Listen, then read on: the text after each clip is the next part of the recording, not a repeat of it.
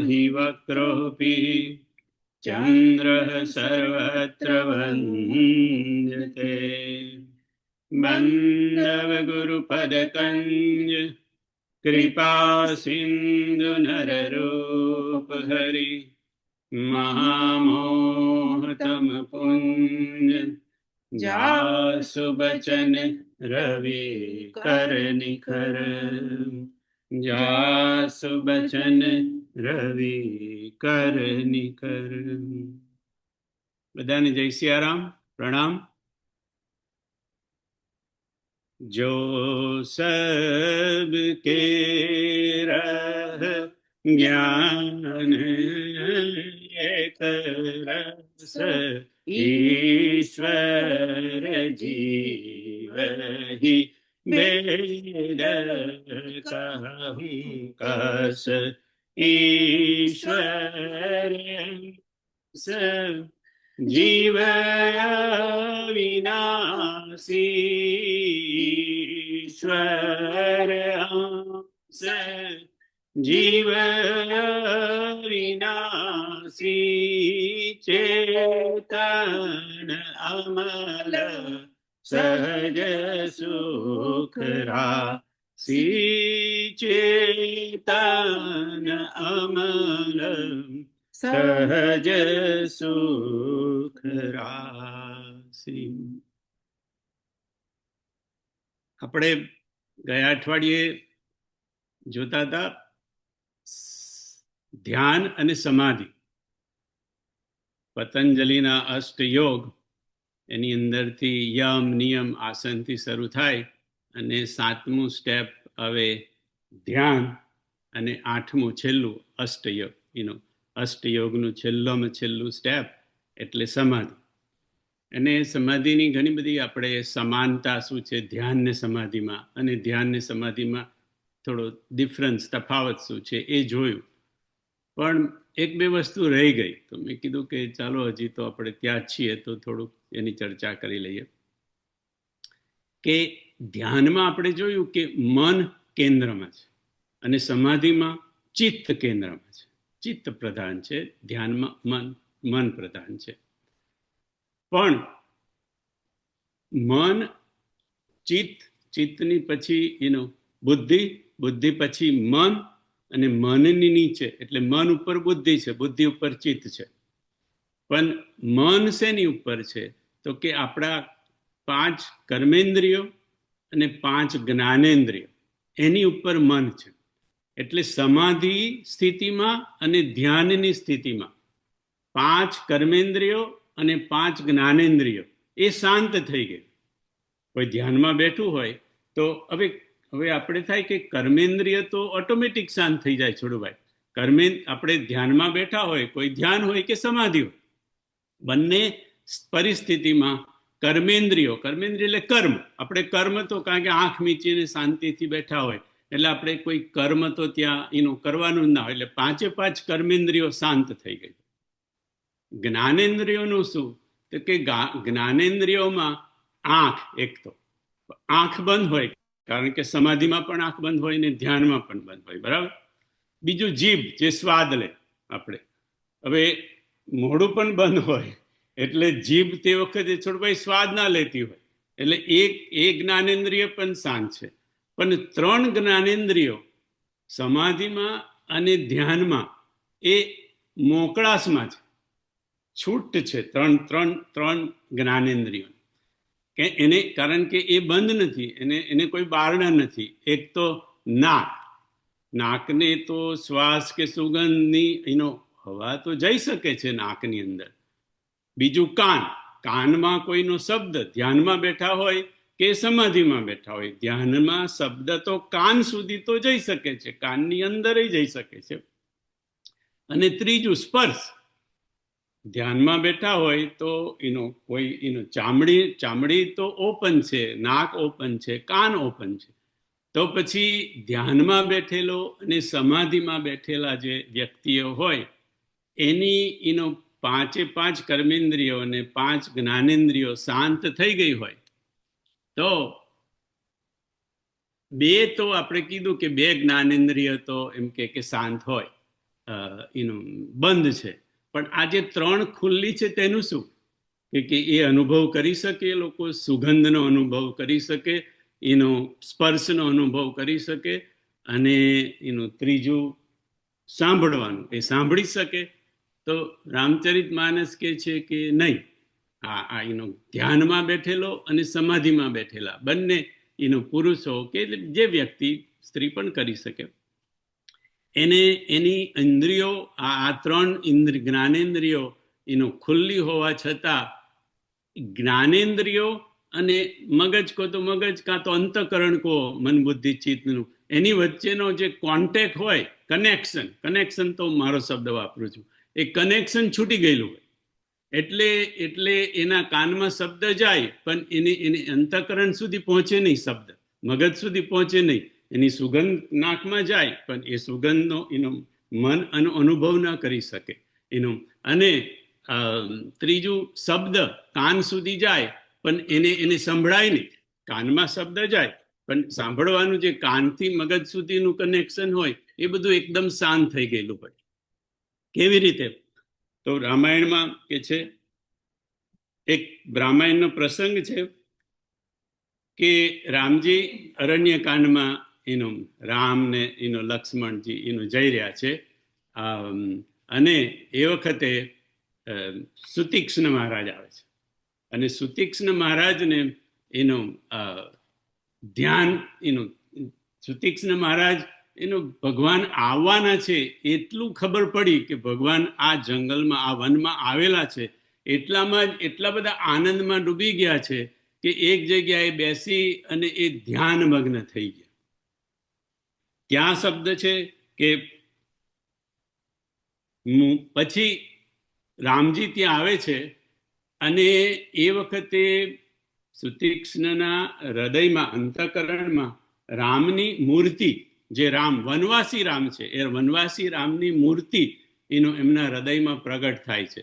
એટલે એ મૂર્તિ જોવામાં એકદમ મશગુલ થઈ ગયા છે, એટલા બધા ધ્યાનસ્થ અવસ્થામાં થઈ ગયા છે કે રામજી સામે આવીને ઊભા છે પણ એમને ખબર નથી, સુતીક્ષ્ણને, કે રામ આવી ગયા છે. રામજી એમને જગાડવા માટે કોશિશ કરે છે. ચોપાઈ છે, મુનિ રામ બહુ ભાતિ જગાવા, જાગન ધ્યાન જનિત સુખ પાવ. મુનિ હિ રામ બહુ ભાંતિ જગાવા. જેમ એ સુતીક્ષ્ણજી બેઠા છે, રામજી એમને જગાડવાની કોશિશ કરે છે, બહુ ભાંતિ. બહુ ભાંતિ એટલે કેવી રીતે? એક તો એમને શબ્દથી, એમનું નામ લઈને બોલાવ્યા, શબ્દથી બોલાવ્યા. શબ્દ એમના કાનમાં જાય છે પણ એમના સુધી પહોંચતો નથી સુતીક્ષ્ણને.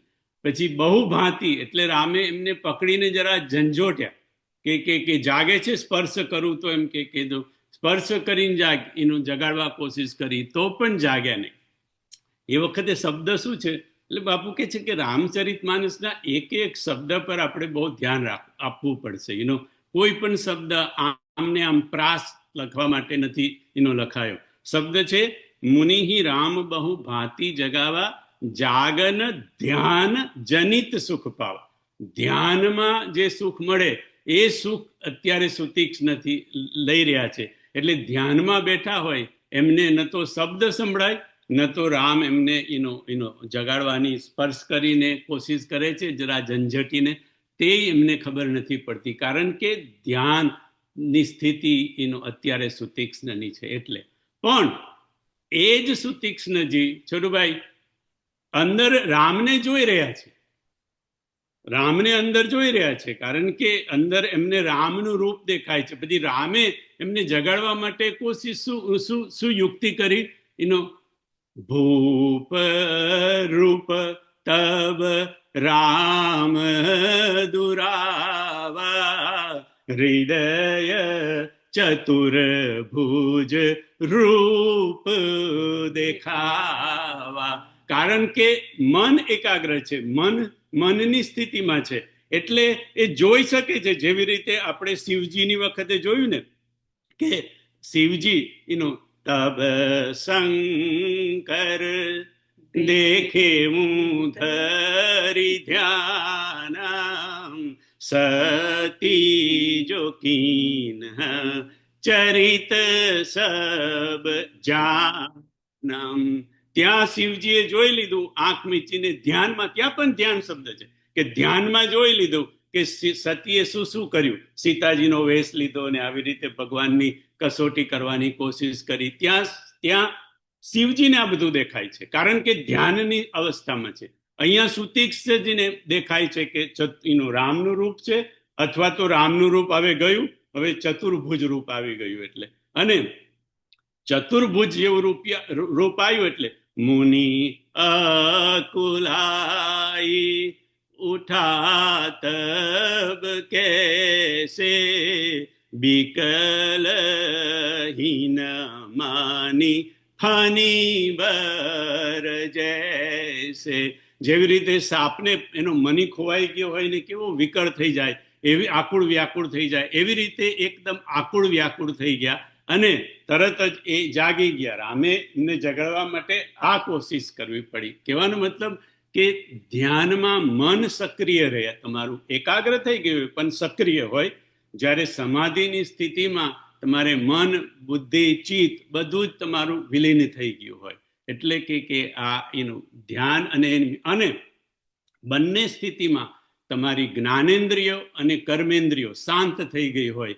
એ ખુલ્લી હોવા છતાં પણ જ્ઞાનેન્દ્રિયો તમને મગજ સુધી તમને ખબર ના પડે. જેવી રીતે રામે જગાડવા કોશિશ કરી, બોલ્યા, તર્જ સ્પર્શ કર્યો, પણ એ ખબર શ્રીકૃષ્ણને ખબર ના પડી.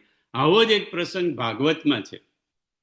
ભાગવતમાં સમીક ઋષિ ધ્યાનમાં બેઠેલા છે. હવે કોક જગ્યાએ વર્ણન છે કે ધ્યાનમાં બેઠેલા છે છોડભાઈ, કોક જગ્યાએ વર્ણન છે સમાધિમાં. કારણ કે એ સ્થિતિમાં જે બેઠેલો છે એ અત્યારે ધ્યાનમાં છે કે સમાધિમાં છે એ કહેવું બહુ મુશ્કેલ છે, કારણ કે સ્થિતિ તો એક જ છે બંનેની. એટલે સમીક ઋષિ ધ્યાન કો કે ધ્યાન સમાધિ બોલે ને, એક શબ્દ છે ધ્યાન સમાધિ.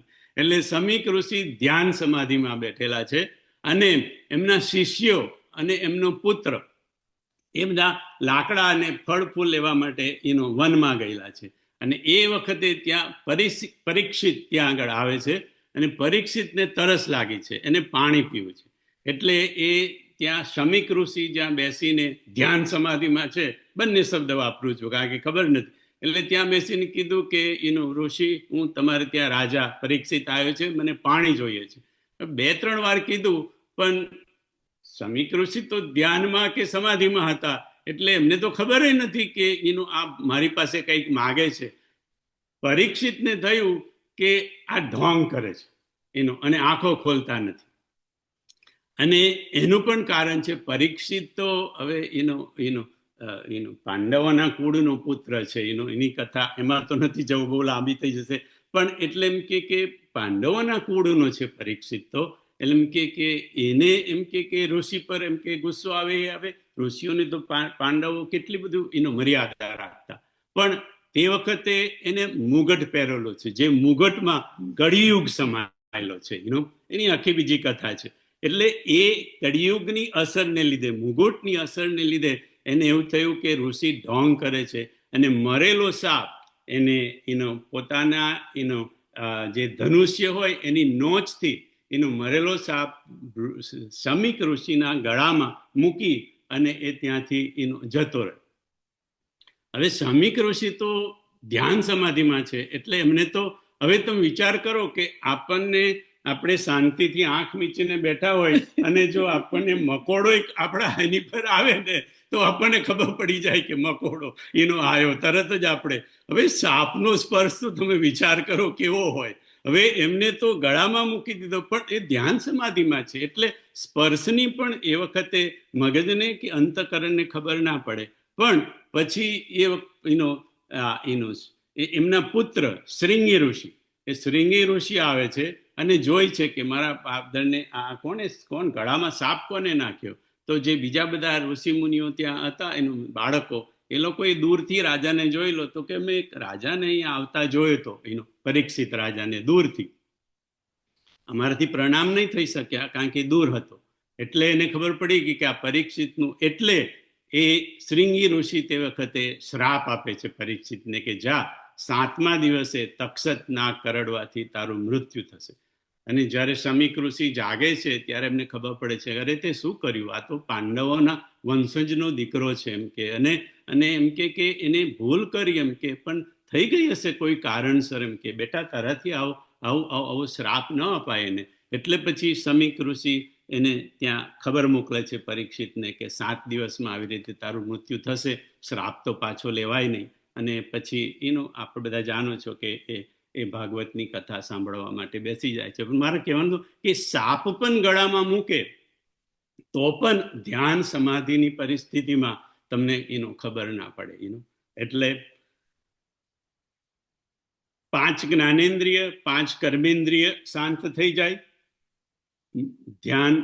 ધ્યાનમાં મન એનું સ્થિર થઈ જાય અથવા તો મન એકાગ્ર થઈ જાય, અને સમાધિ સ્થિતિમાં તો બધું જ મન, બુદ્ધિ, ચિત્ત અને અહંકાર બધું જ એનું એકદમ વિલીન થઈ જાય. એવી ધ્યાન અને સમાધિમાં થોડોક તફાવત ને થોડીક એનું સામ્યતા છે.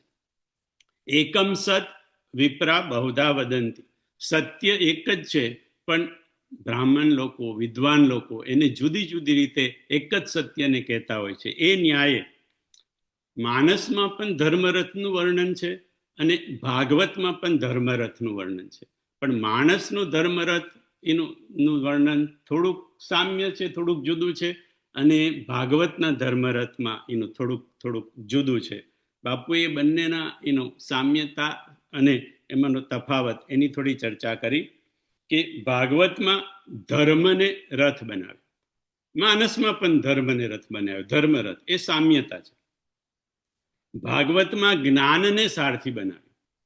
ધર્મરથ છે અને સારથી જ્ઞાન છે. અને માનસમાં સારથી કોણ છે? ઈશ ભજનુ સારથી સુજાનામ બિરતી ચર્મમ સંતોષ કૃપાનામ. તો સારથી જુદા જુદા છે. ભાગવતમાં જ્ઞાન સારથી છે, માનસમાં ઈશ્વરનું ભજન એ સારથી છે. ત્રીજું, ભાગવતમાં વૈરાગ્યની ધ્વજા છે. ભાગવતના રથમાં ધજાને વૈરાગ્યની ધજા કીધી. અને માનસમાં કઈ ધજા છે?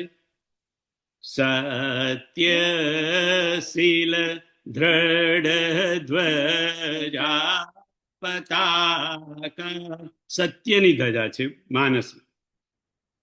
ભાગવતમાં ધનુષ્ય શેનું છે? તો કે વિજ્ઞાનને ધનુષ્ય બનાવ્યું ભાગવતમાં. પણ માનસમાં શું છે? માનસમાં પણ વિજ્ઞાન છે. બર વિજ્ઞાન કઠિન કોદંડા, બર વિજ્ઞાન એટલે ત્યાં પણ એમ કે એ સમાનતા છે કે ધનુષ્ય વિજ્ઞાન એ ભાગવતના રથમાં અને માનસના રથમાં સરખું છે. બાણ જુદા છે. ભાગવતમાં બાણ જે કીધા એ કર્મોને બાણ બનાવ્યા ભાગવતમાં, અને માનસમાં સમજમ નિયમ સિલીમુખના, સમજમને નિયમને એનો બાણ, સિલીમુખ એટલે બાણ બનાવ્યા. આવી રીતે ભાગવતમાં અને માનસમાં બંનેમાં ધર્મરથની ચર્ચા છે. થોડીક સમાનતા છે, થોડોક ડિફરન્સ છે.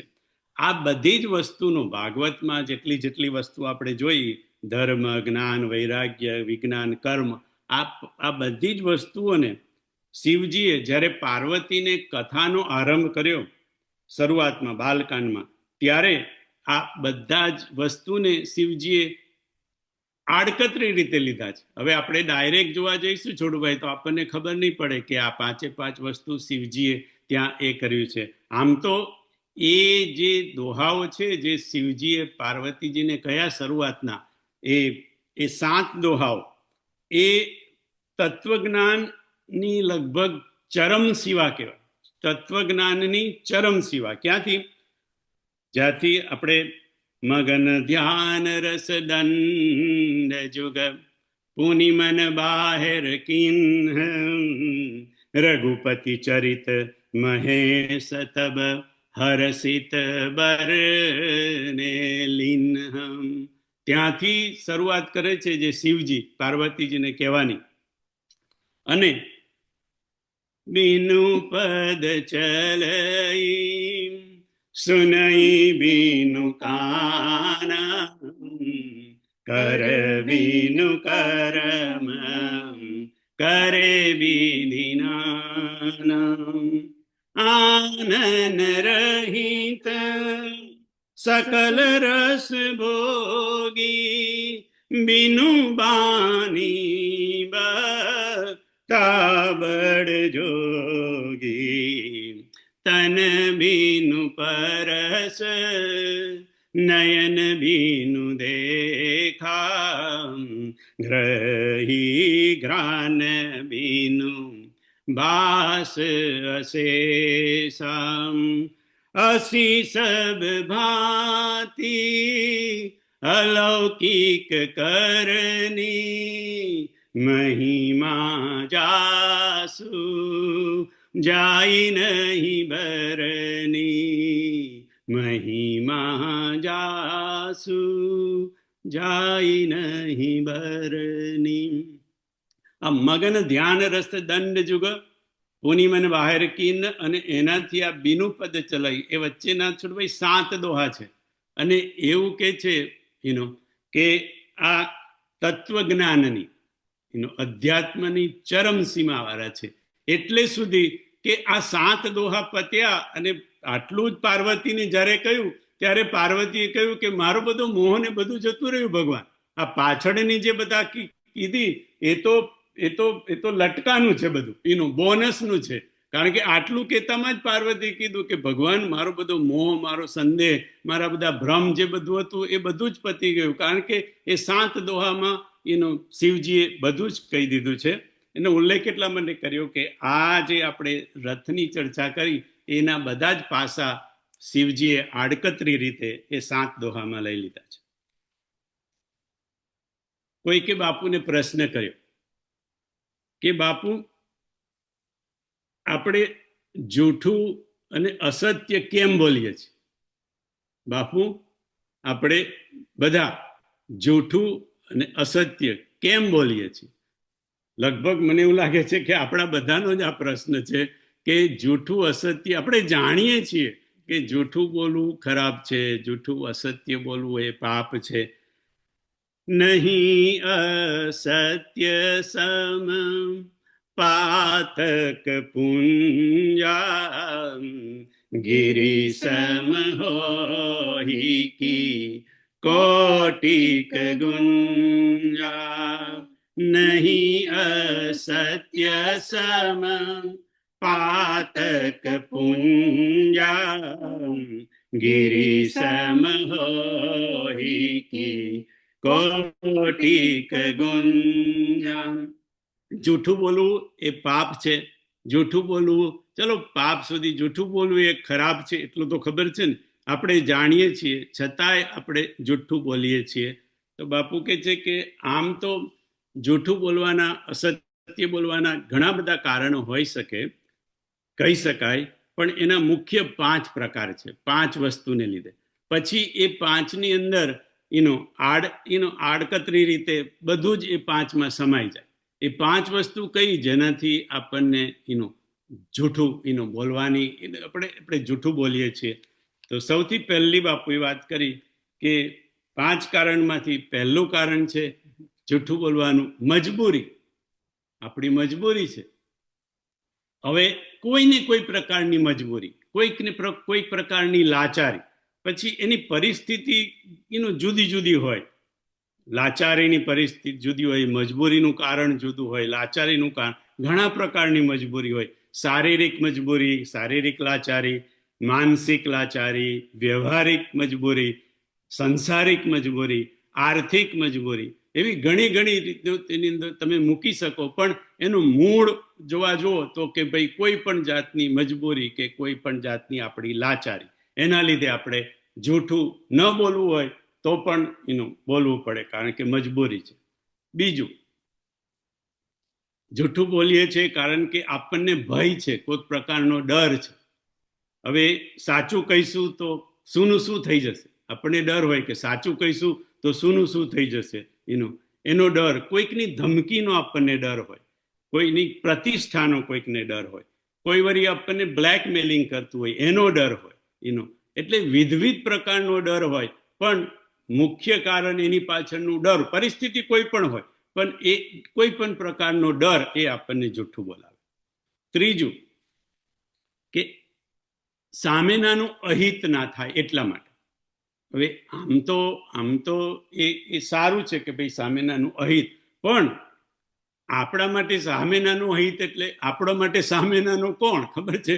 કે આપણા જે હોય ને મામકા, જેને આપણે મામકા, એ ખરાબ છે. કારણ કે બધાના હિત માટે બોલતા હોય તો પછી આપણે આપણી પાર્ટીનું હિત જોઈએ ને સામી પાર્ટીનું હિત જોઈએ. નહીં, આપણે તો મામકા, પોતાના અહિત તો બીજાનું ન થાય, પણ આપણા સંતાનો જ્યાં આવતા હોય, આપણા સગાવાલા જ્યાં આવતા હોય, આપણા હિતેચ્છુ આવતા હોય, આપણા મિત્ર મંડળ, આપણા સ્નેહીઓ, એ બધાને બચાવવા માટે કાં તો મમતાને કારણે, કાં તો સ્નેહને કારણે, કાં તો લાગણીને કારણે, કાં તો મામકાને કારણે, પણ એના માટે બીજાનું અહિતને બચાવવા આપણે જૂઠું બોલીએ. ચોથું, અભિમાનને કારણે. કારણ કે ખબર તો હોય કે ભાઈ આ ખોટું છે, પણ એનું આપણે મોટાઈ રાખવી પડે ને. આપણું ગર્વ, આપણો મદ, આપણી પરંપરા, આપણો મોભો, એ બધાનો અહંકારને ટકાવી રાખવા માટે આપણને ખબર હોય તોય આપણે જૂઠું બોલીએ. એટલે ચોથું અહંકાર કીધું. અને પાંચમું બાપુ એ સરસ કીધું કે ન તો કોઈ મજબૂરી હોય, ન તો કોઈ ડર હોય, ન કોઈનું અહિત થવાનું હોય, ન તો કોઈ પ્રકારનું અહંકાર હોય, પણ સ્વભાવ જ એવો હોય કે ખોટું બોલવું. એનો સ્વભાવથી મજબૂર, કે કઈ કોઈ ફાયદો ના થવાનો હોય, પણ બસ એક પ્રકારનો સ્વભાવ જ કે ખોટું બોલવું. કોઈ બાપુ કે ઘણી જગ્યાએ કોઈ કારણ ના હોય, પણ માણસનો સ્વભાવ જ એવો હોય, એના કારણે એમ કે એ જૂઠું બોલાવે. હવે અમુક જગ્યાએ જૂઠું બોલવું એક ક્ષમ્ય છે. બાપુએ કીધું કે એ વંદનીય તો નથી, પણ અમુક જગ્યાએ જૂઠું બોલવું એને તમે પાપમાં ન ગણી શકો. એ સારું તો ન કહેવાય બાપુ પે, પણ આપણા શાસ્ત્રોએ એને ક્ષમ્ય કીધું છે કે અમુક જગ્યાએ તમે જૂઠું બોલો એ ક્ષમ્ય છે, એને ક્ષમા આપી શકાય. તો કે કઈ જગ્યાએ તમે જૂઠું બોલો તો એ ક્ષમ્ય છે? તો કે કોઈકના પ્રાણની રક્ષા કરવા માટે તમે જૂઠું બોલ્યા હોય તો એ ક્ષમ્ય છે. કોઈ માણસ તલવાર લઈને દોડતો તમારી પાસે આવે, હવે એના આવતા પહેલા કોઈક બીજી એક વ્યક્તિ દોડીને કોઈક જગ્યાએ સંતાઈ ગઈ હોય. હવે તમને ખબર છે કે તમારી આ પાછળ મકાન છે, એની પાછળ જઈને સંતાઈ ગઈ છે વ્યક્તિ, અને તલવાર હાથમાં લીધેલી વ્યક્તિ આવીને પૂછે, ભાઈ અહીંયાથી તમે એક જણને દોડતા જતો જોયો, તો પછી કઈ બાજુ ગયો? તો એ વખતે તમે બીજી દિશામાં કહો બાપુ કે તો એક ક્ષમ્ય છે, કારણ કે તમે કોઈકની પ્રાણનો જીવ રક્ષા કરવા માટે, જીવ બચાવવા માટે બોલ્યા છે. બીજું, મજાકમાં બે મિત્રો ભેગા થયા હોય, અથવા તો આપણે પાર્ટીમાં હોય અને કંઈક મજાકમાં હું તો ખાલી કહું છું, મસ્તી કરું છું, એવું કરીને આપણે કંઈક જૂઠું બોલ્યા હોય, તો મજાકમાં બોલેલું જૂઠું એ સારું તો નથી, પણ ક્ષમ્ય છે. ત્રીજું સરસ છે છોડવાય, કે કોઈના લગ્ન ના થતા હોય અને તમને આવીને પૂછે કે ભાઈ આ છોકરો કેવો છે, કે આ છોકરી કેવી છે, તો તમે કહો અરે બહુ સરસ, એના જેવું તો કોઈ નહીં.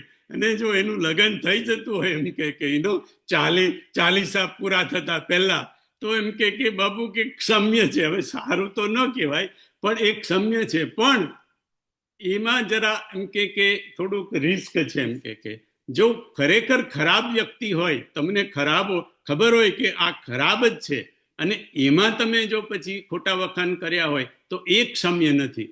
પણ બોર્ડર લાઈન જેવું હોય ને છોટુભાઈ, તો જવા દેવું, બરાબર છે. એમ કે કઈ વાંધો નથી, તમે કરી નાખો ને કંકુના. એટલે લગ્નમાં કોઈનું લગ્ન થઈ જતું હોય અને એમાં એટલો મોટો કંઈ બહુ મોટો વાંધો ના હોય તો એમ કે એનું જૂઠું બોલવું એક ક્ષમ્ય છે. ચોથું, આ બહુ સરસ છે. પતિ પત્ની એકબીજા સાથે બેઠા હોય અને કીધું આજે તું બહુ સરસ દેખાય છે, આજે તો તે દાળ બહુ સરસ બનાવી છે. હવે બાબુ કે ગળાથી ઉતરે એવી ના હોય, પણ હવે તમે કીધું કે આજે તો દાળ બહુ સરસ છે, આજે તું બહુ સરસ દેખાય છે, તો એક ક્ષમ્ય છે બાપુ. એટલે એમ કે પતિ પત્નીમાં, અને એવી રીતે પતિને કેવા ખુશ કરવાના એ ઘણાને તો તમે થોડા કોલર ઊંચા કરો એટલે એ બહુ ખુશ થઈ જાય, તો એને ખુશ કરવા એ પત્નીએ જે કંઈ કીધું હોય, તમે તો આજે જવા દો ને, તમે તો આજે તમે છો, તમે તો કમાલ કરી આજે, એમ કે એનું એટલે એમ કે એનું એમાં થોડુંક મીઠું મરચું નાખીને એમ કે જૂઠું બોલ્યા તો એક ક્ષમ્ય છે. અને પાંચમું, અને આ મોટે ભાગે તો લેડીઝને માતાઓને વધારે લાગે કે આયુષ્યમાં છોટુભાઈ 2-4 વર્ષ આમ તેમ કર્યું હોય ને એનું આયુષ્યમાં, એનું ઉંમરમાં, તો એમ કે 2-4 વર્ષ બોલેલું ખોટું એ એમ કે ક્ષમ્ય છે. સારું તો નથી પણ એમ કે ક્ષમ્ય છે. તો આવી રીતે 4-5 જગ્યાએ આપણા શાસ્ત્રોએ જૂઠું બોલવાની પણ એમ કે છૂટ તો નહીં પણ એટલીસ્ટ કીધું છે કે એને ક્ષમ્ય અસત્ય છે. જો સબ કે જ્ઞાન રસ ઈશ્વર જીવહી બેદ કહું કસ ઈશ્વર હંસ જીવન વિનાશી ચેતન સહજ સુખ રાશિ. શિવ ઈશ્વર છે, શિવ કોટેશ્વર છે, અને જો શિવ ઈશ્વર છે, શિવ કોટેશ્વર છે, તો હનુમાનજી પણ રુદ્રનો અવતાર છે, હનુમાનજી પણ શિવ છે. હનુમાન ચાલીસામાં કીધું છે શંકર સુવન કેસરી નંદન તેજ પ્રતાપ મહાજગવંદન. શંકર સુવન કેસરી નંદન તેજ પ્રતાપ મહાજગવંદન. પણ બાપુ કે એવો પણ એક પાઠ મળે છે જૂની હનુમાન ચાલીસામાં કે શંકર સ્વયં કેસરી નંદન તેજ પ્રતાપ મહાજગવંદન. શંકર સ્વયં, હનુમાનજી શંકર સુવન પણ કહેવાય છે અને હનુમાનજી શંકર સ્વયં પણ કહેવાય છે. તો હનુમાનજી એ સોનાના છે, રાઈટ? હનુમાનજી મહારાજનો દેહ સોનાનો છે. આપણે સુંદરકાંડમાં ગાઈએ છીએ અતુલિત બલધામમ હેમ શૈલાંબદેહમ ધનુજવન કૃશાનમ જ્ઞાનિનામ અગ્રગણ્યમ. હેમ શૈલાબદેહમ, હેમ એટલે સોનું, હનુમાનજીનો દેહ સોનાનો છે. અને હનુમાનજીને તું શું કહેતી હતી ગાતી કનક ભૂદરા કાર શરીરા સમર ભયંકર અતિ બલબીરા. કનક ભૂદરા, કનક એટલે સોનું, એટલે હનુમાનજીનો દેહ સોનાનો છે. બાપુ કે સોનાની કસોટી 4 રીતે થાય. હવે આપણને તો બહુ ખબર નથી કારણ કે આપણે તો કઈ સોનાની કસોટીઓ કરતા નથી. બાપુ કે સોનાની કસોટી 4 રીતે થાય. આપણે થોડી ખબર છે, એક તપાવીને થાય, બરાબર? એ લગભગ આપણે બધા જાણીએ છીએ કે સોનાને તપાવીને સોનાની કસોટી થાય. બીજું, સોનાની કસોટી ઘસીને થાય, એટલે એની ઉપર આમ ઘસે એટલે જે જાણકાર હોય એ લોકોને ખબર પડી જાય કે ભાઈ આ સોનું છે કે એનો પિત્તળ છે કે શું છે. એટલે તપાવીને થાય, ઘસીને થાય.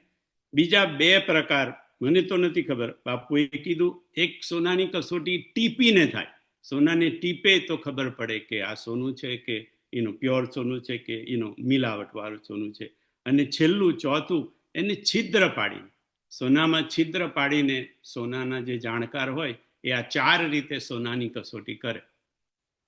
તો હનુમાનજીનો દેહ સોનાનો છે, હનુમાનજી સોનાના છે, તો હનુમાનજીની પણ કસોટી 4 રીતે સુંદરકાંડમાં થઈ, કારણ કે સોનાના છે એટલે એમની કસોટી થઈ.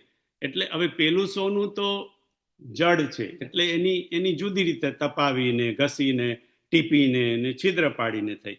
અને હનુમાનજી તો ચેતન છે, એટલે હનુમાનજીની કસોટી પણ સોનું છે, સોનાનો દેહ છે, એટલે એમની પણ કસોટી 4 રીતે થઈ. કઈ 4 રીતે? અને આ 4 રીતે એટલા માટે બાપુએ કીધી કે આ 4 રીતે આપણી પણ કસોટી આ 4 રીતે થાય. હનુમાનજીની જે કસોટી સુંદરકાંડમાં 4 રીતે થઈ, એ આપણી પણ કસોટી આ 4 રીતે થાય. અને એનું વર્ણન અહીં આગળ કેમ કર્યું બાપુએ? તો કે છે હનુમાનજી આ 4 પ્રકારની કસોટીમાંથી, સોનાની કસોટીમાંથી પસાર થયા ત્યારે એમને શાંતિરૂપી, ભક્તિરૂપી સીતા પ્રાપ્ત થયા. આપણે પણ જો નરેશભાઈ આપણે આ કરવું હોય, સીતારૂપી શાંતિ અને ભક્તિ પ્રાપ્ત કરવી હોય, તો આ 4 કસોટીમાંથી જો પસાર થઈએ, અને એમાં પાસ થઈએ, તો આપણે ભક્તિ રૂપી સીતા પાસે પહોંચી શકીએ. કઈ 4 વસ્તુ? 1 ત્યાગેન, ત્યાગથી. બીજું શીલેન, શીલથી. ત્રીજું ગુણેન, એટલે ગુણથી, સદગુણથી. અને ચોથું કર્મણા, એટલે કર્મથી. ત્યાગેન, શીલેન, ગુણેન અને કર્મણા. આ 4 રીતે કસોટી થાય આપણી, અને એમાં આપણે પાસ થઈએ તો આપણને ભક્તિ, સીતારૂપી શાંતિ, ભક્તિ પ્રાપ્ત થાય. ત્યાગેન, સૌથી પહેલા ત્યાગ. સુંદરકાંડમાં હનુમાનજીની પહેલી કસોટી થઈ ત્યાગથી. ત્યાગ એમનો ક્યાં આગળ થયો? તો મૈનાક પર્વતે કરી એમની કસોટી. ત્યાગની કસોટી મૈનાક પર્વત દ્વારા થઈ. મૈનાક કોણ છે? તો કે મૈનાક એ સોનાનો પર્વત છે. જલનિધિ રઘુપતિ દૂત બેચારી, તે મૈનાક બોહી શ્રમ હારી. હનુમાનજી જ્યારે લંકામાં જતા હતા, સમુદ્રને કૂદીને, ત્યારે સમુદ્રે જોયું, સાગરે જોયું કે હનુમાનજી ઉપર જઈ રહ્યા છે, પણ હવે 400 માઇલનો, જોજનનો સાગર છે, તો એમ કે હનુમાનજી થાકી ગયા હશે. એટલે સમુદ્રે, સાગરે મૈનાકને કીધું કે મૈનાક, તમે જરા તળિયેથી જરા તમે ઉપર આવો, અને એમ કે હનુમાનજી તમારે ઉપર આવે અને તમારે થોડું બેસે, થોડોક આરામ મળી જાય, પછી પાછા ફરી ઉડીને આગળ જશે. એટલે મૈનાકને ઉપર આવવા માટે કીધું. બાપુ કહે છે કે મૈનાક સમુદ્રના તળિયે કેટલા શેને માટે હતો? તો કે પર્વતો, એ વખતે પર્વતોને પાંખો હતી, અને આ મૈનાક જે છે એ મૈનાનો પુત્ર છે. મૈના એટલે કોણ? હિમાચલની પત્ની મૈના, અને મૈનાનો પુત્ર એટલે મૈનાક. જેવી રીતે જનકની પુત્રી જાનકી, જેવી રીતે પર્વતની પુત્રી પાર્વતી, એવી રીતે મૈનાનો પુત્ર એટલે મૈનાક. એટલે આમ જોવા જઈએ તો મૈનાક એ પાર્વતીનો ભાઈ થાય. હવે બાપુએ તો આ નથી કીધું, પણ આ હું કહું છું, મારી તરફથી એડ કરું છું છોટુભાઈ, કે પાર્વતીનો ભાઈ થાય એટલે શિવજીનો તો સાડો થયો ને, કારણ કે પાર્વતીનો ભાઈ છે, એટલે શિવજીનો સાડો થયો ને. એટલે સમુદ્ર કહી શકતો હોત કે તારા બનેવી ઉપરથી જાય છે, જરા તું ઉપર આય, એટલે બનેવી થોડો આરામ કરી લે, એમ કે. કારણ કે શિવજી, હનુમાનજી એ શિવજી છે, પણ આ તો કઈ બાપુએ નથી કીધું. આ તો કહ્યું કે પાર્વતીનો ભાઈ છે, એ તો બાપુએ કીધું કે ભાઈ પાર્વતીનો ભાઈ છે. અને સમુદ્રને શું દયા આવી કે ભાઈ હનુમાનજી ઉપરથી જાય છે, તો સમુદ્રને ભલે જતા કેટલાય લોકો ઉડતા હોય છે, પક્ષીઓ ઉડતા હોય છે ઉપરથી, તો પણ સમુદ્ર સાગર છે. રઘુકુળ, ઈશ્વાંકુ કુળમાં સગર નામના રાજા થયા, અને સગરના નામ પરથી સગર પરથી સાગર થયા. એટલે સાગર એ રઘુકુળમાં એનું એ કુળગુરુ કીધા, એટલે કે કુલગુરુ એટલે કુળના વડા. ગુરુ એટલે ગુરુ નહીં, સદગુરુ નહીં, કુળના વડા. જલનિધિ રઘુપતિ દૂત બેચારી, તે મેનાક હોહી શ્રમ હારી. એટલે સાગરે કીધું કે તું હે મૈનાક, તું જરા ઉપર આવ, તારી પર એમ કે થોડો હનુમાનજી આરામ કરે, અને એમ કે પછી આરામ કરીને એનો જાય. અને આ સ્પષ્ટ રીતે શરત્વાત્મા સુંદરકાંડમાં નથી, પણ સુંદરકાંડના અંતમાં આ એનો સમુદ્ર ફરી બોલ્યો છે કે સમુદ્રએ શું કીધું, પ્રભુ તુમાર કુલ ગુરુ જલદી કહી ઉપાય વિચારી, બિનુ પ્રયાસ સાગર તરહી સકલ ભાલુ કપીધારી. છેલ્લે સાગર જ્યારે રામજી અકરાઈને એનું ધનુષ્યબાના હાથમાં લે છે, ત્યારે એનો સાગર પાછો ફરી બ્રાહ્મણનું રૂપ લઈને આવે છે ને કે જે પ્રભુ તુમાર કુલ ગુરુ જલદી, હે ભગવાન તમારા કુલ ગુરુ એટલે કુલ વડા. કુલ ગુરુનો અર્થ બાપુ કે કુલના વડા. એનો ઈશ્વાકુ કુળમાં સાગર થયા એટલે એમ કે આ તમારા કુલગુરુ છે, એમ કે એનો કુલ ગુરુ જલ્દી કહી ઉપાય વિચારી. આ એમ કે તમને કોઈ એ કરીને, સોરી વિભીષણ કે છે, વિભીષણ ભગવાનને કે છે પ્રભુ તમારે કુલ ગુરુ જલ્દી, તમારા એનો કુળ ગુરુ એનો કુળના વડા એ સાગર છે, તમે સાગરની જઈને પ્રાર્થના કરો એટલે એમ કે તમારા કુળના વડા છે, એટલે તમારું સાંભળશે અને તમને એમ કે એનો રસ્તો બતાવશે. એટલે વિભીષણના કહેવાથી પછી ભગવાન 3 દિવસ માટે એ ત્યાં એ કરે છે. પણ અહીંયા કહેવાનો મતલબ ત્યાગેન, એટલે કે આ મહિના ઉપર આવ્યો અને એનો હનુમાનજી એ બેઠા નહીં, સોનાનો હતો, સુખ સંપત્તિ હતી, પણ એ બેઠા નહીં, વિશ્રામ પણ ન કર્યો, આરામ પણ ન કર્યો, સોનાને અપનાયું પણ નહીં અને આરામ પણ ન કર્યો. રામ કાજુ કિન્હે બિનુ મોહી કહા વિશ્રામ. બાપુ કે આપણે આ જ તકલીફ પડે છે કે આપણને જરા થોડું સોનું મળ્યું, થોડીક સુખ સંપત્તિ મળી, છોટુભાઈ સોફો મળ્યો, એટલે આપણે રામકાજ કીને બીનું. હવે રામકાજ છે નહીં, આજે ભજશું કાલે ભજશું, ભજશું સીતારામ, ક્યારે ભજીશું રાધે શ્યામ. આપણને ધન સંપત્તિ મળી છે બધાની આપણી અત્યારે દશા છે. એટલે કે ભાઈ હવે અત્યારે જરા કમાઈ લો ને, ભગવાનનું ભજન તો પછી થશે, અત્યારે થોડો આરામ કરી લો ને, મોટી ઉંમરે થશે.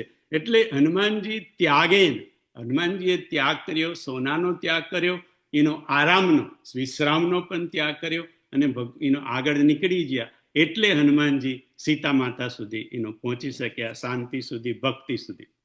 બીજું ત્યાગેન પછી શીલેન કે શીલથી. હનુમાનજીની બીજી કસોટી શીલની કસોટી થઈ. શીલની કસોટી ક્યાં થઈ હનુમાનજી? તો કે બાપુ કે છે શીલની કસોટી થઈ એનો સુરસાના પ્રસંગ. મહિનાક પછી તરત જ બીજો પ્રસંગ આવ્યો એનો સુરસાનો. સુરસા એનો એ સર્પોની માતા હતી અને દેવોએ એને મોકલી કે તું જઈને એનો હનુમાનજીની પરીક્ષા લઈ આવ, કસોટી કરી આવ. આપણે કીધું કસોટી એટલે કસોટી કરવા માટે એનો દેવતા લોકોએ સુરસાને મોકલી હતી.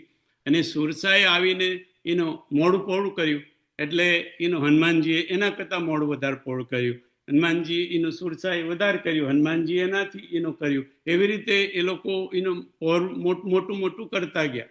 હનુમાનજીને થયું કે હવે આ મોડું પહોળું કરે, હું મોટું પહોળું કરું, એમ કે આ બધી સ્પર્ધામાં એનો શીલવાન જે હોય એને સ્પર્ધામાં ન જવાય બાપુ. શીલવાન એને કહેવાય કે જે શ્રદ્ધામાં માને, સ્પર્ધામાં નહીં. સ્પર્ધામાં ગયો એટલે સમજવું કે શીલ હોય કદાચ પણ ઓછું છે એનો. શીલવાન બાપુ કે જે વ્યક્તિ હોય એ સ્પર્ધામાં ન જાય, એને શ્રદ્ધામાં. અને હજી આગળ આ શીલની કસોટી એટલામાં કીધી કે સુરસાને તો એને ખાઈ જવાત હનુમાનજીને. પણ હનુમાનજીએ એનો સુરસાને શું કીધું બદન પૈઠી પુની બાહેર માંગા બિદા તાહી શિરુનાવમ. જેને ખાવા માટે આવી છે એ સુરસાને હનુમાનજીએ માગા બિદા તાહી શિરુના, એને શિર નમાવીને નમન કરી અને એને કીધું કે વિનો કે અત્યારે તું મને એમ કે જવા દે, હું રામનું કાર્ય કરી આવું અને પછી હું પાછો આવીશ તો હું તાર જાતે આવીને તારા મોઢાની અંદર એમ કે હું જ ભાઈ. અહીંયા બાપુ કે હનુમાનજીનું શીલની પરમ સીમા છે કે જે ખાવા માટે આવી છે તેને એનો, અને તો ડબલ થઈ શકે છે, શક્તિ તો છે, પણ શીલવાન એ સ્પર્ધામાં ના ઉતરે, શ્રદ્ધામાં જાય. અને ખાવા આવી છે એને પ્રણામ કરવું અને એને પાછું એવું પણ કહેવું કે હું પાછો આવીશ ત્યારે એમ કે તારા મોઢા, પણ પાછો આવીને પછી એમ કેમ એમના મોઢામાં ના ગયા? કારણ કે એ સુરસાને એને ખાવા જ નતા, એ તો ખાલી કસોટી કરવા માટે આવી હતી. એટલે હનુમાનજી બીજી કસોટીમાં, શીલેન કસોટીમાં એનો પાસ થઈ ગયા. આપણે પણ આપણો શીલ એનું એ ટકાવી રાખીએ. અને શીલના બધા બહુ પ્રકાર છે બાપુ કે, એક છે ધર્મશીલ, વિવેકશીલ, બલશીલ, સત્યશીલ, સ્વીકારશીલ. શીલનું મોટું લિસ્ટ વાપર્યું કે કેટલા કેટલા જીવનમાં એનું શીલ છે. હવે આપણે થાય કે ચાલો આપણે થોડું શીલ ભેગું કરીએ, તો શીલ કેવી રીતે ભેગું થાય? આપણે શીલ કેવી રીતે પ્રાપ્ત કરીએ? શીલ તો કંઈક એવી વસ્તુ છે કે જે કોઈક જગ્યાએથી આપણે લઈ આવીએ. એમ કે શીલ ક્યાંથી? તો કે બાપુ કે રામાયણમાં એનોય રસ્તો છે, શીલ ક્યાંથી મળે તો શીલ કિમિલ બીનું બુધ સેવકાઈ, જીમી બીનું તે જનમ રૂપ ગોસાઈ. શીલ કિમિલ બીનું બુધ સેવકાઈ, જીમી બીનું રૂપ જનમ રૂપ ગોસાઈ. ઉત્તરકાંડમાં આવે છે કે શીલ પ્રાપ્ત કરવું હોય તો બુદ્ધ પુરુષોની સેવા કરવી પડે. બુદ્ધ પુરુષોને સેવો, સદગુરુને સેવો, સંતોને સેવો. સંતોને સેવાથી આપણને શીલ પ્રાપ્ત થાય છે. શીલવંત સાધુને વારે વારે નમીએ, શીલવંત સાધુને વારે વારે નમીએ. એટલે કે શીલવંત સાધુ, સાધુમાં શીલ હોય, જેના પાસે જે હોય એ તમને આપે. ધનવાન પાસે ધન હોય એ તમને ધન આપે. શીલવાન સાધુ પાસે શીલ હોય તો એ તમને એનો શીલ આપી શકે. એવું ગંગા સતી કહે છે. તો એવા સાધુને, એવા સંતને, એવા બુદ્ધ પુરુષને સેવવાથી આપણામાં શીલ આવે. ત્રીજું ગુણેન. હનુમાનજીની ત્રીજી કસોટી થઈ ગુણ, એમના સદગુણથી. અને સદગુણની કસોટી કરવા માટે કોણ આવ્યું? તો કે સિંહિકા આવી. આ સિંહિકા કોણ છે? તો કે એ રાહુની માતા છે. અને સિંહિકા શું કરે કે સિંહિકા તો આમ તો રાહુની માતા છે, એટલે પૃથ્વીનો જીવ છે બાપુ કે, પણ પૃથ્વીનો જીવ હોવા છતાં એ પાણીમાં રહે છે સિંહિકા. અને ઉપરથી જે બધા પક્ષીઓ ઉડતા ઉડતા જતા હોય એનો પડછાયો જે એનો પાણીમાં પડે, એ પડછાય એનામાં એ શક્તિ હતી કે પડછાયા દ્વારા એ પક્ષીઓને ખેંચી શકે નીચે, અને એ ખેંચીને પછી એ ખાઈ જાય. બાપુ કે હવે એ સિંહિકા તો પૃથ્વીનો જીવ છે અને પાણીમાં રહે છે, બરાબર? હવે પાણીમાં તો હવે એને આવો જ ખોરાક છે, તો પાણીમાં તો કેટલાય જળચર છે, કેટલી માછલીઓ છે. આવું બધું પડછાયા ખેંચવાની જરૂર નથી. એમ કે એનું તો પાણીમાં રહે છે, તો પાણીના જીવોને ના જ ખાઈ શકે. તો કે પણ આ સિંહિકા છે ને ઈર્ષાનું પ્રતીક છે બાપુ. હવે ઈર્ષાનો પ્રોબ્લેમ શું હોય કે જળમાં રહેતા પાને તો સહચરા થયા, જોડે રહેતા થયા, એટલે સમાન થયા છોડુભાઈ. અથવા તો જોડેના છે અથવા તો નીચે છે. પાણી તો ઊંડું હોય સાગરમાં, દરિયામાં, એટલે નીચા છે. ઈર્ષા જેને હોય ને એને નીચેના લોકો ના દેખાય, એની સાથે ના હોય તે પણ ના દેખાય. ઈર્ષા કોની થાય? આપણાથી જે ઉપર ઉઠી ગયો, ઉપર જતો રહ્યો, એની ઈર્ષા થાય. એટલે એ પાણીમાં રહેવા છતાં આ સિંહિકા ઉપરથી જે બધા જીવો જતા હોય એના પડછાયા ખેંચી. કે હનુમાનજી પણ એ રીતે જતા હતા, એટલે હનુમાનજીનો પડછાયો ખેંચ્યો. હનુમાનજી તો હનુમાનજી છે, શિવનો અવતાર છે, એમને તો ખબર પડી ગઈ કે આ સિંહિકા ઈર્ષા છે. તો બાપુ કે ઈર્ષાનો બીજો કોઈ ઈલાજ ના હોય. હવે તમે કોઈ પ્રશ્ન કરો, બાપુ કે ક્યારેક કોઈ મને પ્રશ્ન પણ કર્યો હતો, કેમ કે હનુમાનજી જેવા સંત અને સિંહિકા તો નારી છે, તો એમ કે નારીને એમ કે એનો હનુમાનજી જેવા સંત મારે, તો બાપુ કે બીજો કોઈ ઉપાય જ નથી. એમ કે ઈર્ષાને તમારે ઈર્ષા, નિંદા અને દ્વેષ અને તમારે ખતમ જ કરવા પડે. બીજું બધું કામ, ક્રોધ, લોભ એને તમે સમજાવી શકો, કારણ કે જીવનમાં કામની થોડી જરૂર છે, જીવનમાં લોભની થોડી જરૂર છે, રિટાયરમેન્ટમાં કામ ચાલે. ક્રોધ, ખાલી બાળકો બહુ મસ્તી કરતા હોય તો એમને જરા શાંત રાખવા માટે ક્રોધની પણ ચાલો એમ કે થોડી, એટલે એને મારી નાખવાની, કામ, ક્રોધ, લોભને મારવાની જરૂર નથી, પણ ઈર્ષા, નિંદા અને દ્વેષ આ બાપુ કે 3 મારવાની જરૂર છે, એને બિલકુલ રાખવાની જરૂર નથી. એટલે ઈર્ષા માટે બીજો કોઈ ઉપાય જ નથી. એટલા માટે હનુમાનજી જેવા સંતે એ ઈર્ષાને એમ કે મારવી પડી. અને સદગુણ કેમ કીધો? પણ ઈર્ષાને મારી એમ સદગુણ કેમ કીધો? તો બાપુ કે ચોપાઈ શું છે? એટલે કીધું કે એક શબ્દ આપણે ચોપાઈના ભાઈ ધ્યાનથી વાંચવા પડશે. તાહી મારી મારુત સુત વીરા, મારી દીપાર ગયવું મતી ધીરા. આ સદગુણ અહીંયા આવ્યો બાપુ કે મતી ધીરા, જેની બુદ્ધિમાં ધૈર્ય છે, ધીરજ છે. ધીરજ ધર્મ મિત્ર અરુનારી, આપદ કાલ પરીખહી ચારી. આપત્તિ કાળમાં કસોટી શેનાથી થાય? તો કે ધીરજની કસોટી થાય. એટલા માટે ધીરજ રૂપી ગુણ, સદગુણ નો અહીંયા એમ કે હનુમાનજીના ધીરજની કસોટી થઈ, સદગુણની કસોટી થઈ. આપણે પણ એમ કે આપણા સદગુણો, દૈવી સંપદા, જે ગીતાએ 27 સદગુણોની ચર્ચા કરી છે, એ આપણામાં ધીરે ધીરે એમ કે વધે અને એની કસોટી પણ થાય. અને એમાંથી જો આપણે પસાર થઈએ તો એમ કે સીતારૂપી શાંતિ સુધી, સીતારૂપી ભક્તિ સુધી આપણે પહોંચી શકીએ. અને છેલ્લું ચોથે કર્મણા, એની ચર્ચા આપણે આવતા મંગળવારે કરીશું. બધાને જય સિયારામ, પ્રણામ. આવતા ગુરુવાર.